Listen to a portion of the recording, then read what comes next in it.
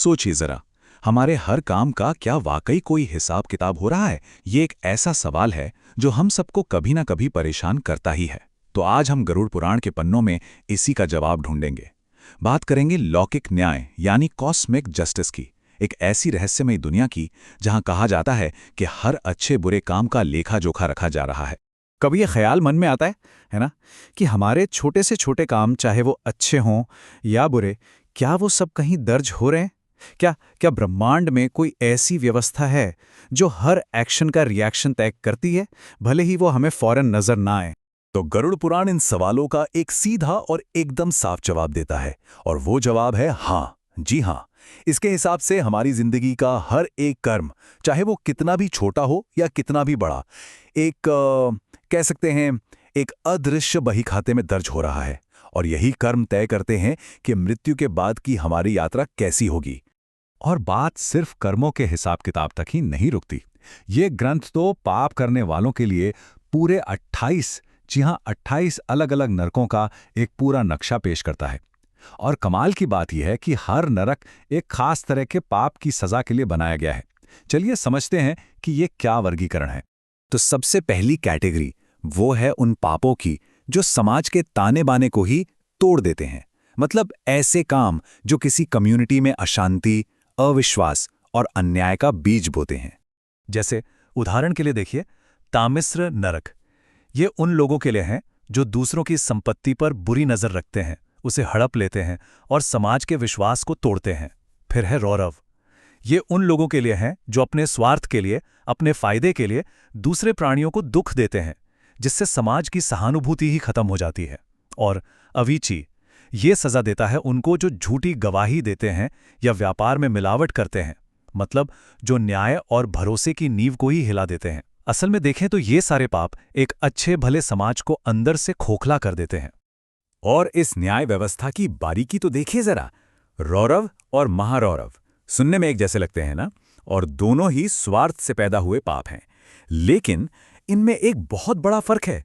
रौरव है अपने फायदे के लिए दूसरों को तकलीफ देना, जबकि महारौरव इससे एक कदम और आगे है। ये है किसी की रोजगार ही छीन लेना, उसके परिवार को बेसहारा कर देना। मतलब साफ है, पाप जितना गंभीर, सजा भी उतनी ही कठोर। अच्छा, अब आते हैं दूसरी कैटेगरी पर। ये हैं वो पाप जो धर्म और परिवार के प्रति हमारी जो जिम्मेदारियां हैं, उनको तोड़ने से पैदा होते हैं। ये वो गलतियां हैं जो किसी की आस्था को, परिवार के मूल्यों को या नैतिक जिम्मेदारियों को चोट पहुंचाती हैं। जैसे कि अंधतामिस नरक। ये उन लोगों के लिए है जो शादी के पवित्र बंधन को तोड़ते हैं, मतलब अपने जीवन साथी को धोखा देते हैं। ये तो सीधे सीधे परिवार की नींव पर हमला हुआ है ना। फिर है कालसूत्र। ये उन लोगों के लिए है जो अपने माँ बाप और बड़ों की इज्जत नहीं करते, अपनी जड़ों को ही भूल जाते हैं। और असीपत्रवन, वो उनके लिए है जो अपने धर्म और कर्तव्यों को छोड़कर पाखंड की जिंदगी जीते हैं। इन उदाहरणों से साफ पता चलता है कि इस पूरी व्यवस्था में परिवार और आध्यात्मिक मूल्यों को कितना कितना ऊंचा दर्जा दिया गया है।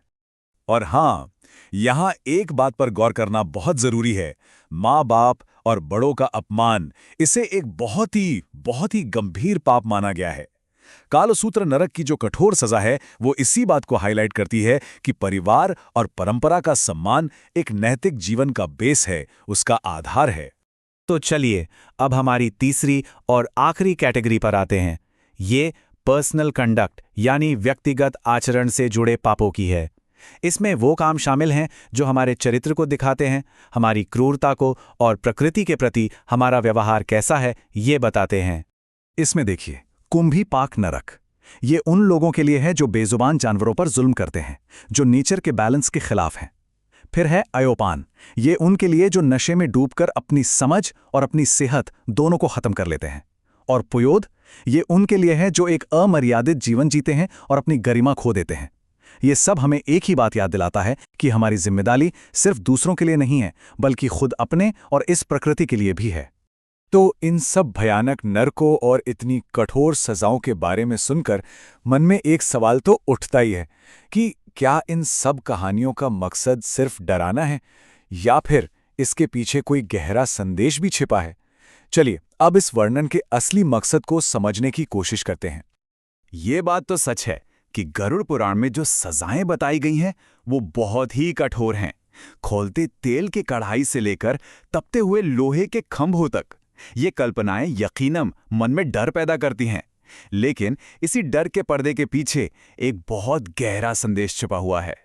और वो संदेश वो धर्म शब्द में ही छिपा है। देखिए, धर्म का मतलब सिर्फ पूजा पाठ या कोई अनुष्ठान नहीं है, बल्कि ये सदाचार, सच्चाई, करुणा और अपने कर्तव्य का रास्ता है। ये एक ऐसी जिंदगी जीने की कला है जो न्याय और संतुलन पर टिकी हो। और असल में यही इस पूरे वर्णन का निचोड़ है।